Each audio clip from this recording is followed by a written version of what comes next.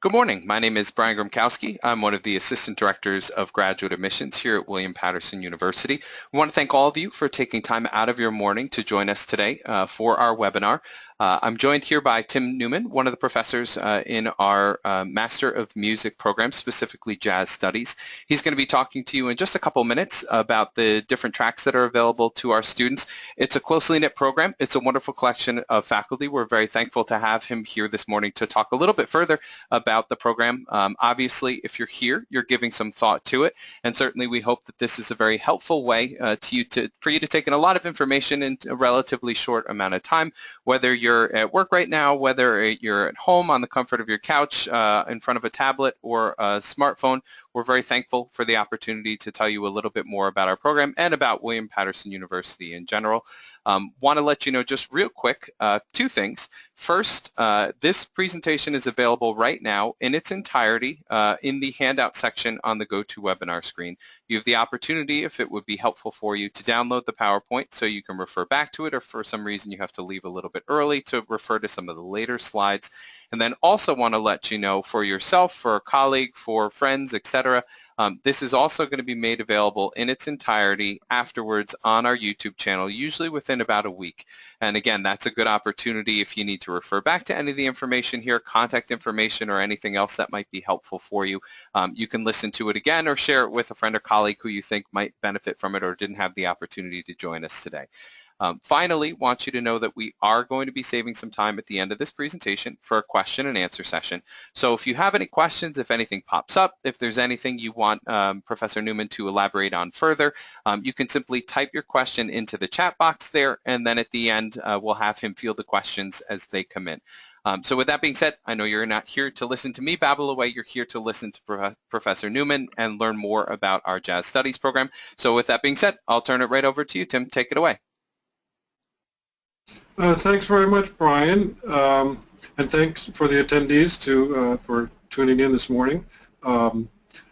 As Brian said, I'm Professor Timothy Newman. I am the Graduate Studies Program Director in the Music Department, but I also teach a variety of courses in the undergraduate and the graduate program in jazz history and in research and analysis and scholarly writing. And I'm also a jazz trombonist and do teach some applied jazz performance-related classes and ensembles as well. As Brian said, I'm going to babble away at you a little bit about the Master of Music Jazz Studies program here, and in particular about the two master's degree tracks that we offer, the performance track and the composition and arranging track, which you can see on the screen now. I'm going to give you information that you can get on your own from the web. I'm going to point you toward the URLs that you'll need to do that. So there's quite a lot you can find out on your own by exploring our website. But I'm also going to show you stuff that you wouldn't see on the website, pictures of students and of faculty, and also give you an idea of what sort of curriculum you would be taking, also, and what sort of performance opportunities and learning opportunities you will have if you came here. I'm also going to very simply lead you through the application procedure and point you toward the web pages where you will be able to get all that information in detail.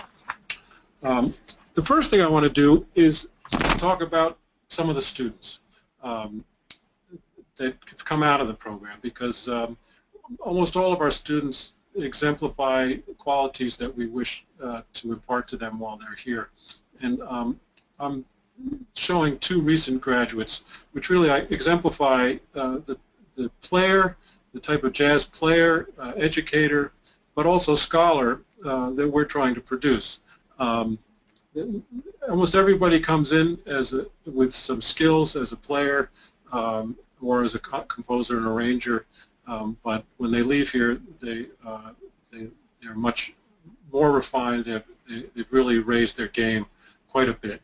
And they also, students develop a scholarly practice while they're here, an area of expertise that they've done research in, and many times original research and writing scholarly writing about a certain area of expertise. If you look at the screen, you'll see the woman on your left is Abuelita Mateos, who is graduated in 2014 in performance. And she came here from Brazil in 2012 as a pianist. And while she was here, she studied privately piano with our faculty, our piano faculty, which I'll later on show you how you can look at all the faculty members. But more importantly, she was mentored by the great and unfortunately late great Mulgrew Miller, who was our director of jazz studies for about 5 years before he passed away. And she was able to be taken under his wing, and mentorship is a huge part of our program, as I'll explain a little later. But Abuelita not only studied and played and did all the performance opportunities that are here while being mentored by Mulgrew, but she also had a graduate assistantship in the music department. And I'll explain about the graduate assistantships a little later. But this way she got actually her full tuition paid for and received a stipend. And she developed really fine administrative skills by working in the music department directly for the jazz program as an administrator in our jazz office. Another thing that she did while she was here was to go through the scholarly curriculum, the sequence of courses in research and analysis and writing, and came out with an excellent thesis, full thesis, on a Brazilian pianist named Cesar Camargo Mariano, where she did a very original research and really made a great contribution to the scholarly literature on jazz, and specifically on Brazilian jazz. While she was here, she also made connections in New York City and in New Jersey, where a lot of jazz musicians live. Really great jazz musicians live in New Jersey, in the area of the school. And just as she was giving her senior recital, she made a connection with someone who hired her to join the Dizzy Gillespie Afro-Cuban Experience, which is a group of young musicians, a professional group. And next thing I know, she's performing at the Blue Note and touring and playing at Ronnie Scott's in London and other places in Europe. And she lives in the area and continues to perform in and around New York City, and her star is really rising. But she has while she's a performer, she has the scholarly thesis that in a few years, if she wants to fall back on and get a teaching job or go on for more education to get a doctorate, she will have some scholarly writing, which is always a good thing to have. Okay, let's turn to the next fellow I have here on the right, and that's Caleb Rumley, who graduated this past spring in composition and arranging.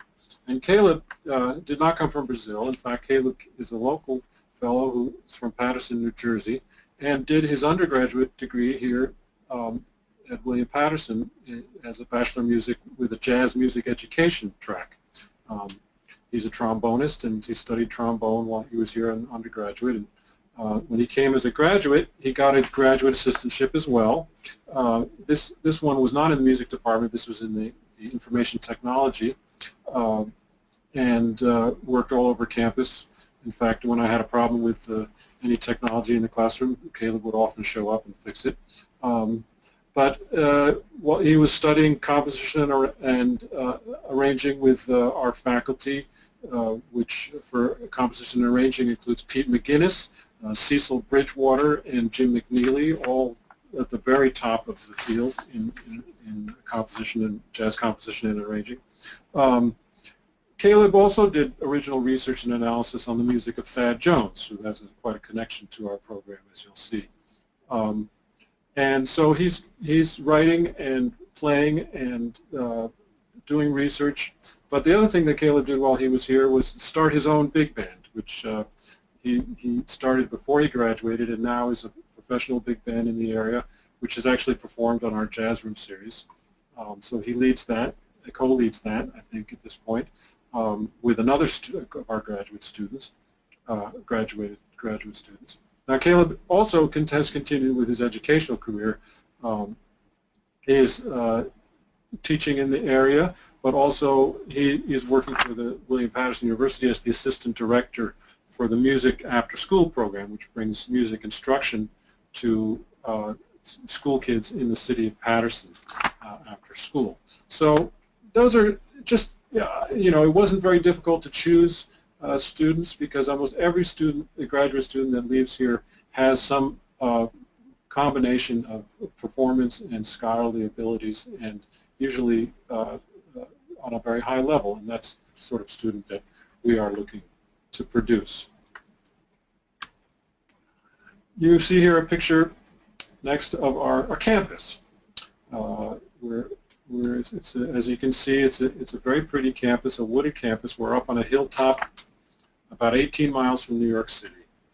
And for some people, for many people, this is a perfect combination of proximity to New York City and also New Jersey, jazz scene in Newark, in New York, in Brooklyn, New York, where you can go to clubs, you can make connections, meet other students from other schools in the area, from Juilliard, Manhattan School of Music, go to jam sessions. But we are up here on this hill, 18 miles from New York, kind of away from the fray. In other words, the distractions of walking out your door and being on 6th Avenue in the middle of New York aren't there. You have time to write, to concentrate on your studies, and most people live in the area. They do have cars, but there is mass transportation into New York as well. So it's this combination of this rural setting with close proximity to New York.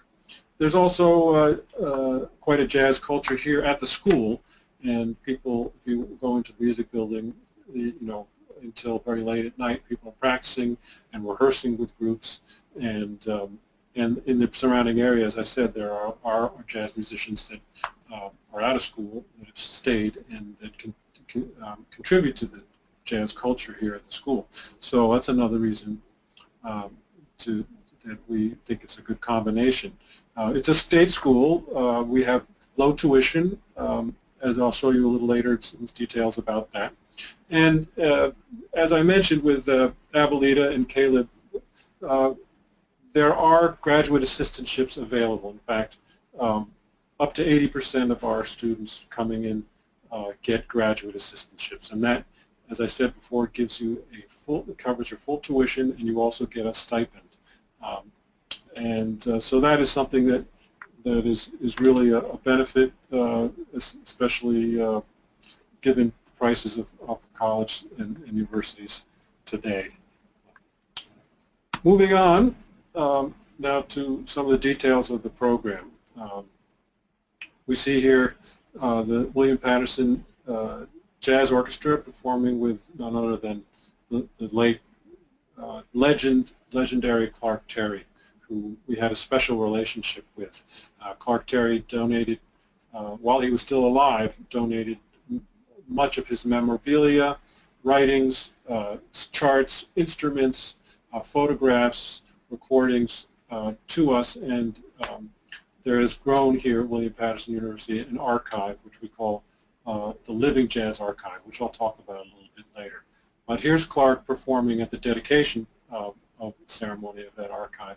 And Clark was actually on faculty and taught classes for a few years here.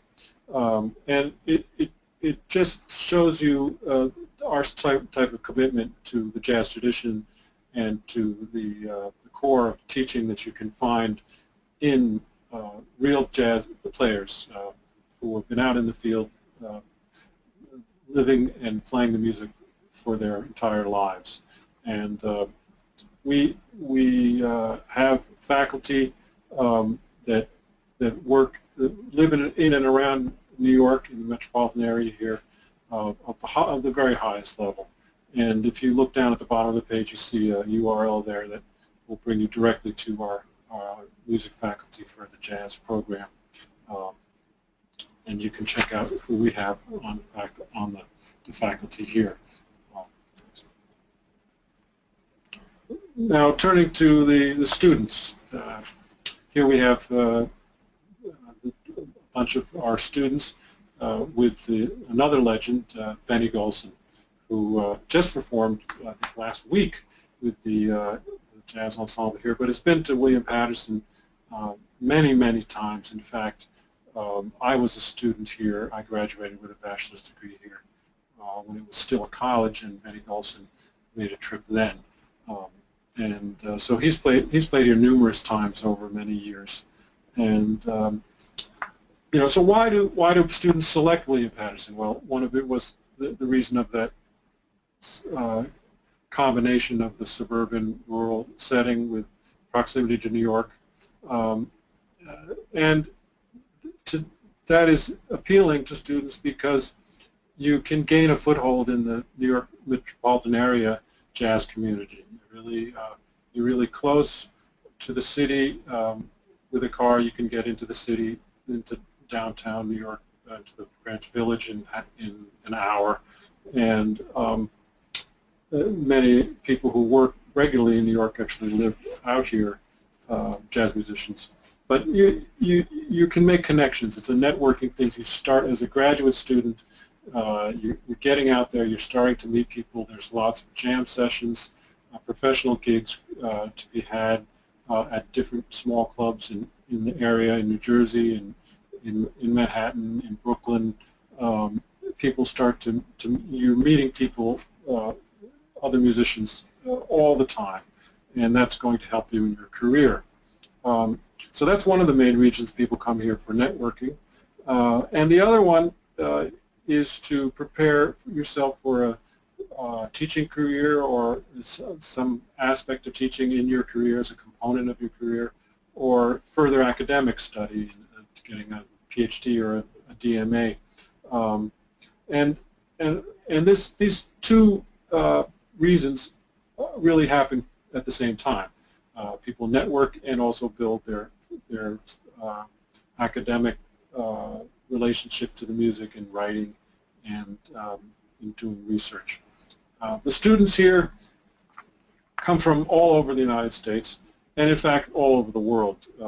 I think by my last count we had about over 15 foreign countries represented in the time that I've been here, which has been 11 years.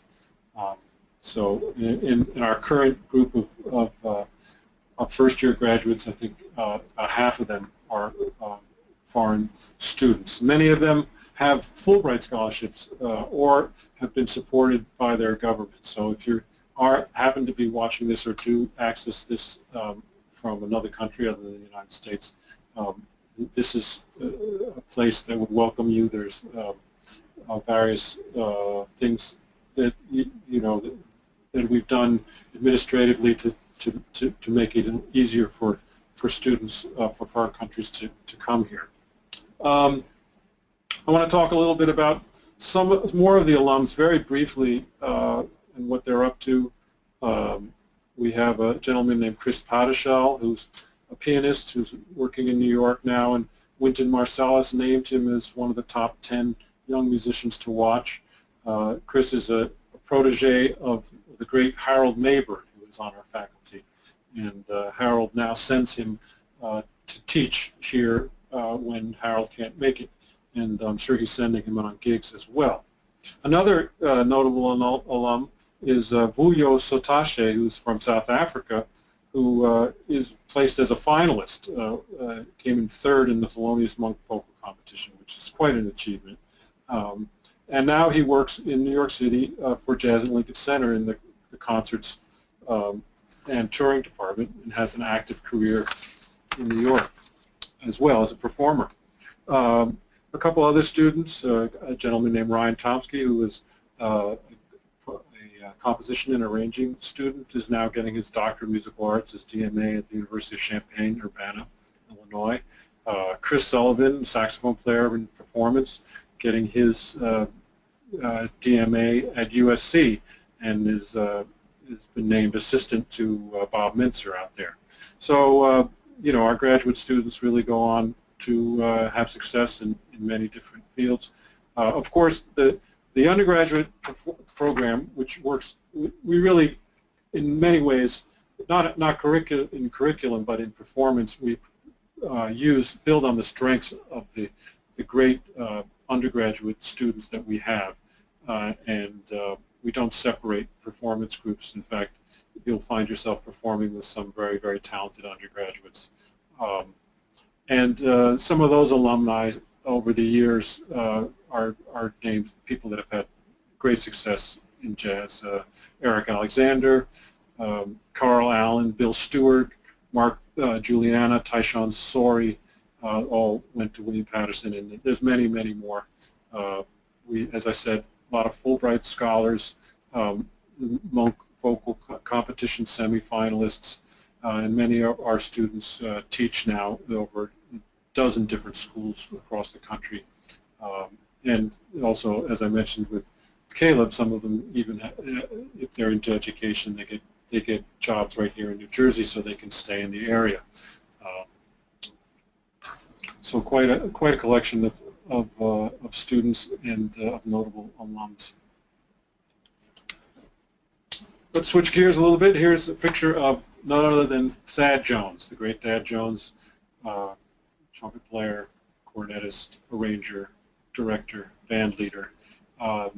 And the reason why I have him here is because he was the founding jazz director. I'm going to give you a little history of the program, very, very brief.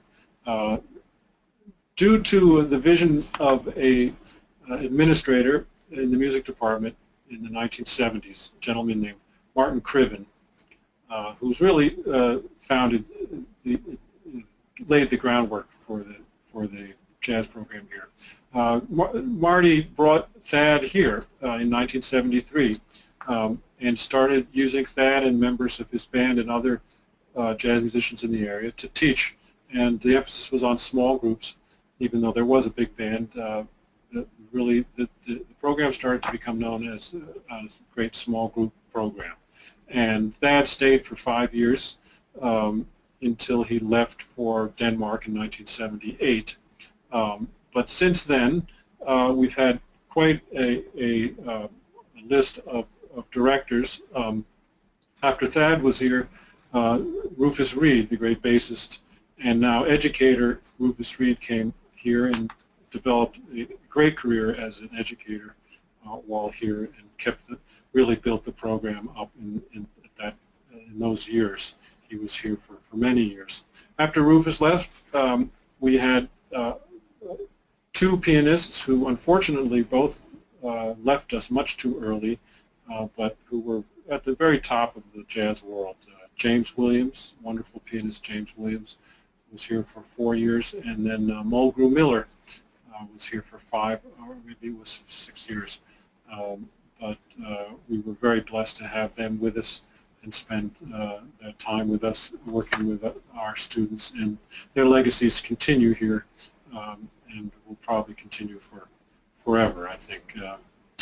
And now the current Director of Jazz Studies is Bill Charlap, another pianist who is quite well known now and who really brings in an amazing wealth of knowledge and commitment and dedication, along with the amazing performance abilities and jazz to our students, and we're very lucky to have Bill with us at this time.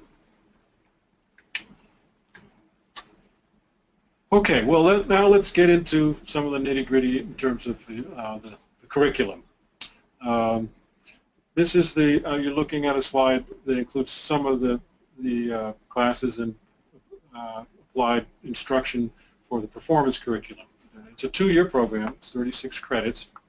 You see there I put in a URL where you can find the sequence of the exact sequence, semester by semester, 2-year sequence that we recommend for the courses for performance. You will be getting instruction on a private instrument or voice if you're a singer weekly, every semester. So there's instruction throughout your 2 years here.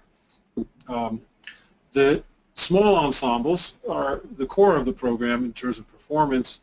Up to 2, you can. Some people actually take more than 2, but up to two, usually every week, twice weekly.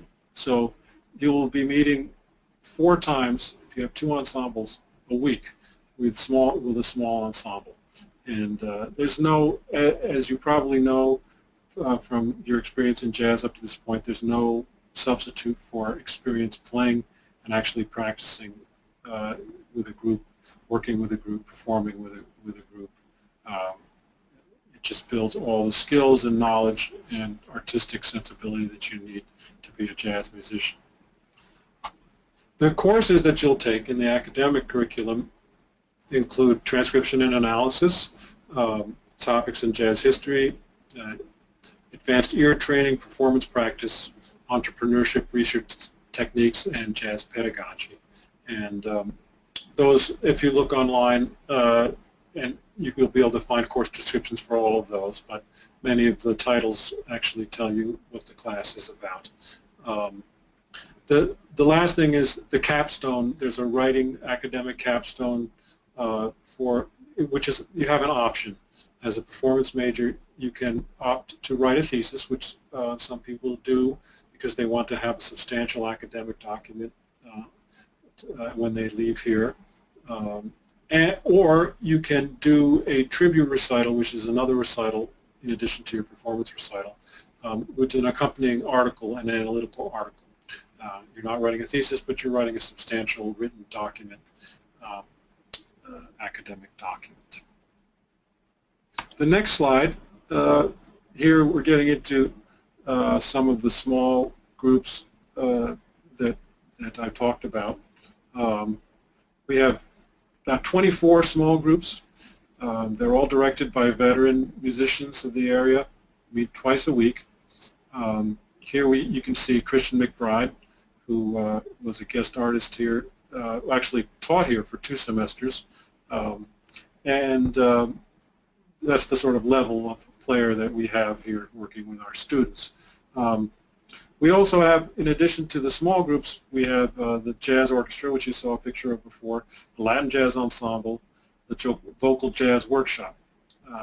As I said, the graduates mix with the undergraduates, which are all, you know, at various levels, but there are many, many who are extremely high-level players. So the idea here, as I said, to get that performance experience, to learn how to work with people in that setting, and to start to develop at this point in a master's degree, to start to really develop your own voice. Undergraduates spend a lot of time assimilating and working on some of the basics, but at this point we really encourage you to start to develop your own sound as a jazz player.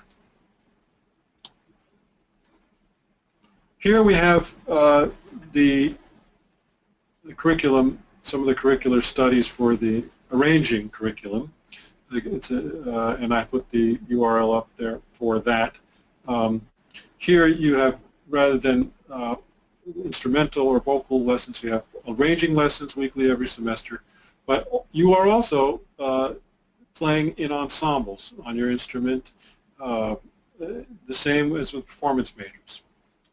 So you're getting that experience, and the ensembles welcome you bringing in arrangements and composition. In fact, there is a graduate arrangers ensemble, which is required of the arrangers, which is one of your ensembles, which is composed of mostly graduate students who are arrangers, with some others to kind of fill it out if needed.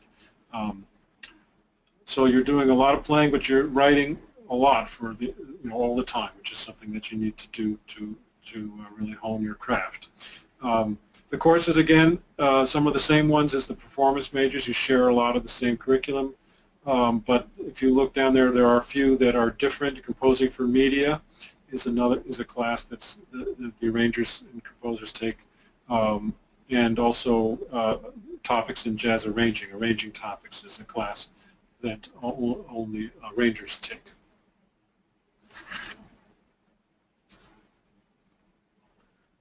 Okay. And I didn't mention the fact that our arranging professors are Jim McNeely, Cecil Bridgewater, and Peter McGinnis.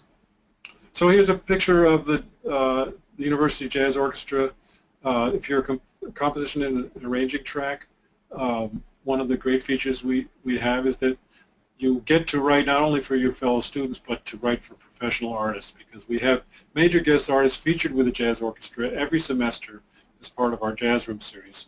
And the student arrangers and composers actually write charts and arrange charts for these artists every semester. So it's really a wonderful opportunity, and you know, talk about making connections. A year ago we had Randy Brecker here, and one of our arranging students wrote a chart for him that he liked so much that he wanted to buy it and see if this guy had other charts to buy so that Randy could use them when he traveled and did big band clinics and performed with big bands across the country. So there's direct access to connections that can get your music heard and actually, of all things, purchased. Here's Bill Charlap with some William Paterson students. Again, Bill, we're very lucky to have Bill here with all his expertise, and he is a natural teacher as well as being a world-class musician, and that's the sort of name player that we have here on the faculty. Another faculty member here is Harold Mayburn. This is at Dizzy's Club Coca-Cola in New York where we were performing, and Harold is holding court there as he does in hallways, and he's playing and working with students in practice rooms almost all the time that he is at William Paterson. Harold is, as you probably know, a veteran of the mainstream jazz tradition, having performed with Wes Montgomery, Lee Morgan, Miles Davis, others, you know, really living legend here. And you can see the rapt attention that the students are giving him. He really is a wonderful teacher and has been here at William Paterson a long time. And this exemplifies the sort of mentorship that we promote here at William Paterson. It's not just about getting a lesson with somebody or having a master class with someone, having a one-time contact with some great player where you can ask a few questions. No, this is a weekly interaction with a great jazz great in sort of a traditional way of learning jazz. You know, even before academia, this is the way jazz musicians learn, through mentorship, through being taken under the wing of a player. And these players, Harold has used many of our students on gigs. And in fact, his current trio includes Joe Farnsworth, who is the drummer who graduated from William Paterson and made a contact with Harold when he was here as an undergraduate student. So we provide the door. We really open the door for you to make contact with these players. And if you're playing at a high enough level, they will hire you.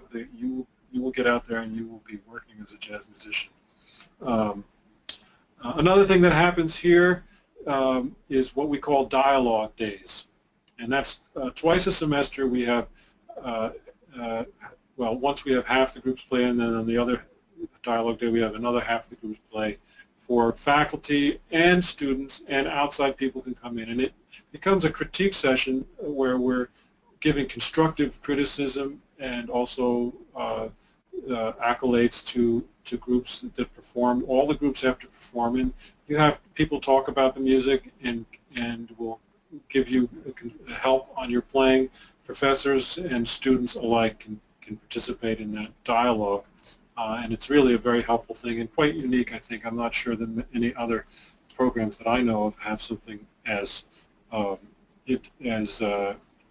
sort of nurturing and also educational as our dialogue days.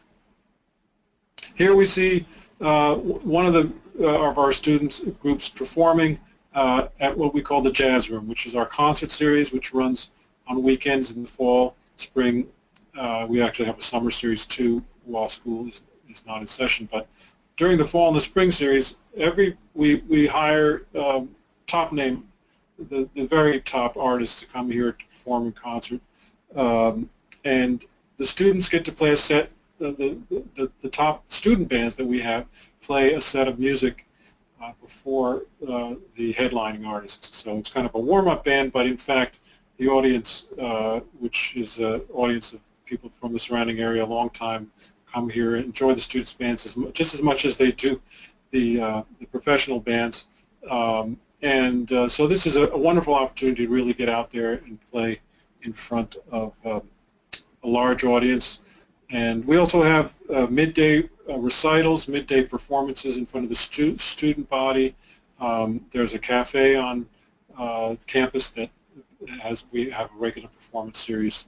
So even on just campus in itself, we have a lot of performance opportunities. Here is one of the professional bands that I was talking about on stage at the Jazz Room. This is none other than Roy Haynes and his Fountain of Youth Band. So I mean, you don't get any more piece of walking jazz history than Roy Haynes, really. We also bring in people of that caliber to do master classes and often have guest teachers for improv classes and things of that nature. But this is the Jazz Room series, which is one of the oldest university jazz series that we have in this country. This is the jazz orchestra performing at Dizzy's Cup Coca-Cola with two of our saxophone faculty in jazz studies, Rich Perry and Vince Herring. We now have a regular gig at Dizzy's every spring, I believe. We'll have various configurations of group going there. There are also numerous chances, as I mentioned, in New Jersey. There are many great sessions in clubs in and around where the school is. Newark, New Jersey is not far away, and that was also a historically great city for jazz and still has kept the jazz tradition in Newark as well. I mentioned the Living Jazz Archives. This is something that's is a space, is an archive that now holds collections of instruments, writings, music, photographs of Clark Terry, Thad Jones, James Williams, and Michael Brecker. It's a wonderful resource we have, a wonderful space that we have. We hold some graduate classes in this space. And this sort of points us toward the academic component of our program, the idea that we want students to do original research. I mean, due to our proximity to New York and the ability to have so many great jazz players here, you can do original research and interview a Clark Terry. You can interview a Harold Mayburn about many, many different topics. And what we want you to do while you're here is to develop an area of expertise, an academic area of expertise, where you focus on a certain individual in jazz or a certain concept or a certain period, and really get into that and find out what has not been written about that or what is not out in the scholarly world. You can make a contribution, as I mentioned with Abuelita has made a contribution to the scholarly field. You really, not only that, it's great in terms of jazz history, to understand your context in 2016, to build your career and also to understand where the music came from. It's very important to study the history. Here's another picture of the archive. There's some of the, as you can see, some of the albums and pictures on the walls. We have pencil scores, original scores of Thad Jones, manuscripts, as you can see, many LPs, awards, photos, and other materials. The courses that give you a start in this academic area of expertise are transcription and analysis, where you hone analytical skills, research techniques, you learn some of the ins and outs of the protocol, doing research and writing protocols. And then our capstone graduate seminar, where you either write this analytical article or you work on your thesis. Here are some of the recent thesis topics that we've had. you can see a thesis on Polish jazz, Krzysztof Komeda, who's one of the great European players. A thesis on Johnny Hodges, Charlie Parker, and Ornette Coleman about blues and signify and symmetry in the music of Thelonious Monk and Steve Coleman. The next one is Abuelita's thesis on the samba jazz feel of Cesar Camargo Mariano, and then a thesis about the pedagogy and performance style of Alan Dawson, the great drummer. So this just gives you a taste of the type of theses that come out of here, really things that definitely do contribute to the field. Okay, let's switch gears again. I'm going to just finish up here with looking at the tuition. As you can see, I'll give you the URL where you can look at this page, but as you can see, our tuition is a little bit lower per credit than many other of our competitors, and there's a few fees, as you can see on the bottom, but it's still per credit. It doesn't add up to as much as other places, and then of course, if you do manage to get a graduate assistantship, you don't need to worry about this. Applying, you apply online. I've given you the URL that will take you through the steps, but there are basically sort of three large steps that you have to take. One is to apply to the university itself, and there's an application for that. You'll find that on the web page that I've given you here. You're going to need some recommendations and other things. And then, secondly, you have a music department application where you'll will tell you what you need to do to apply to the music department, and then you'll be uploading audio tracks or sending in scores to our online platform, which is called Slide Room. If you want to know a little bit more about the history of our program, there's a YouTube video that goes into a bit more detail and has some great photographs and a narrative. It's about half an hour long. Here's the URL for that one on YouTube. Finally, I have some information here for you. This one, if you want to schedule a visit or you have further questions, you can email musicadmissions@wpunj.edu, and you're welcome to come anytime and meet faculty. I'd love to meet you, sit on our rehearsals and classes, and start to make your connections.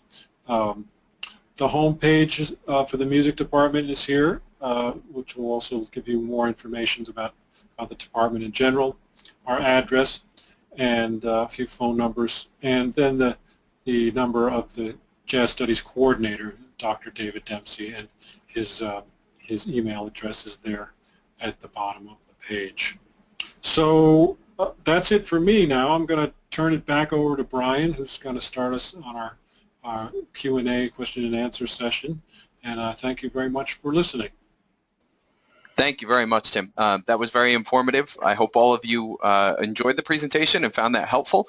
I know we had at least one or two questions come through while the presentation has been going on. I just want to stress again, if you do have any questions, if there was anything Tim touched upon that you'd like for him to elaborate on further, if there are any questions that you have that have popped up in your mind, feel free to type them in the chat box now. We'll make sure that we read through some of them or type you a quick answer so you can get your questions answered before you head off for the rest of your day. Again, I wanted to, for those that joined us a bit late, I just wanted to remind you about two things. First, this presentation is available in its entirety right now under the handout tab on the GoToWebinar screen. We've got the PowerPoint presentation that Tim just walked through. So if you joined us a little bit late, if you missed a couple of the slides, feel free to download that document now. That would allow you to go through and review those slides. Also, we are going to be making this presentation available in its entirety on our YouTube channel, and that usually takes about a week, but we email that to everyone. So you will receive that link, again, if you came late and you want to go back and see what you missed, or if you want the opportunity to just go back and refer to some information that might be helpful a little bit further down the line, certainly feel free to refer to that after you get the email. So with that being said, I'll jump right into at least the first question I know that came through. Tim, how many credits do students typically typically complete in a given semester? And what is there some variance there? How many how many credits does a student usually take per semester? Well, let's see. It's 9 credits per semester, and that's usually broken up into you take major lessons, which is 3 credits. You're in ensembles, which is 3 credits, and then you take 2 classes. In the first semester, it's transcription and analysis and advanced ear training. And that's the general grid for all the semesters. Lessons, either arranging lessons or perform instrumental lessons, your ensembles, and then 2 other classes, and they're all 3 credits each.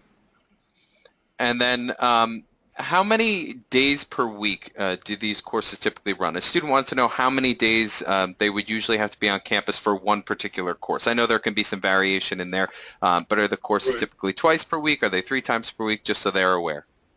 Well, it depends on when. The courses would be twice a week. I mean, right, for like the first semester, the transcription and analysis class meets on Monday afternoon, and then the advanced ear training class which meets Wednesday morning. So you'd have to be here for 2 days for part of the day, for a few hours at least for those. But then there are your ensembles and lessons too. So I mean, I would guess that most of our students are on campus for ensembles, lessons, and classes at least 3 days. It's possible that some of them were able to schedule everything in to 2, but I would think either 3 or perhaps 4. But if you have a graduate assistantship, that is, I believe it's 20 hours a week of work here, the job, so that you would have to schedule that. So it's some of our students actually live in New York City and come out here, but those are ones that do not have graduate assistantships. I think if you have a graduate assistantship, you're better off settling in the area where it's not such a long commute. Sure. And then one student asked specifically about when the deadline is for a student to submit an application, and certainly, which term the program matriculates new students. Right. If the fall term is the usual one. We have accepted people in January, but that's a rare exception. It's really the fall that we're gunning for, and the deadline for the applications is February 1st. Thank you very much. And then one question, you had mentioned that a number of the students who have taken part in the program in recent years, at least a portion of them, have been from other countries. So could you speak a little bit on where grad students live, whether it's on campus, whether it's rentals in the area? What has been your experience with that? Yeah, we do have a lot of undergraduates living in undergraduate dorms on campus, and actually the other day I found out that one of our grad students went through the process of applying for a dorm room and got a dorm room. But that's really the first time I had heard about that, but that is a possibility. But most of the graduate students settle in apartments in the area, and I don't know what rental what it's really costing them, but the way they find them is through word of mouth. Generally, if you contact music admissions, the graduates, we actually have 2 graduate assistants working in music admissions. So chances are, if you call music admissions, the person that picks up the phone will be a graduate student, and you can say, well, I'm looking for a place to live. Who can you hook me up with to talk to? And they will know because they've gone through it themselves. So it's all pretty much word of mouth, but it's very easy to get through either through email. If you're living in another country, you can email Dr. Dempsey, or you can email at music admissions and say, hey, I'm from so and so, and I'm coming here, and I really need to find a place to live. How can I start to work that out? And that can be done, a few months in advance. Once you've learned about your acceptance, you can start that process. And then one last question, do arranging or composition applicants have to be a high-level player on a major instrument as well? Well, we ask that you are a player. I mean, and that's never been an issue. We've never had any arranging composition students who don't play another instrument. chances are you're not judged on your playing ability. In other words, when you come in, it's your scores that get you, that are the criteria for judging whether you enter the program or not. But you will be playing in ensembles, so it's possible. We've had, over the years, we've had some students on arrangers and composers that have not been quite on the same level as the other performance majors and all the other students, but they still are on a level of quite good competency, I would say. So Great. I think that. And I believe, at least as of right now, that's it for our questions that have come through. If anybody does have any other questions, feel free to type them in the chat box. I know myself, my colleague Christina will stay in case anybody has any other questions, admissions related or otherwise. On behalf of the Graduate Admissions Office, I want to thank you all again for taking time out of your schedule to join us for our webinar today. Certainly hope that this was very helpful for you. If you are in the area, can't stress enough, it's always wonderful to have prospective students come and visit the campus, get the chance to see the space for yourself. I know our faculty would be happy to have the opportunity to meet you and talk further about your interest in the program. But I want to thank you all again, and otherwise from all of us here in the Grad Admissions Office and our Jazz Studies program, enjoy the rest of your day. If you haven't applied already, we hope to see your application soon for our program, and otherwise take care.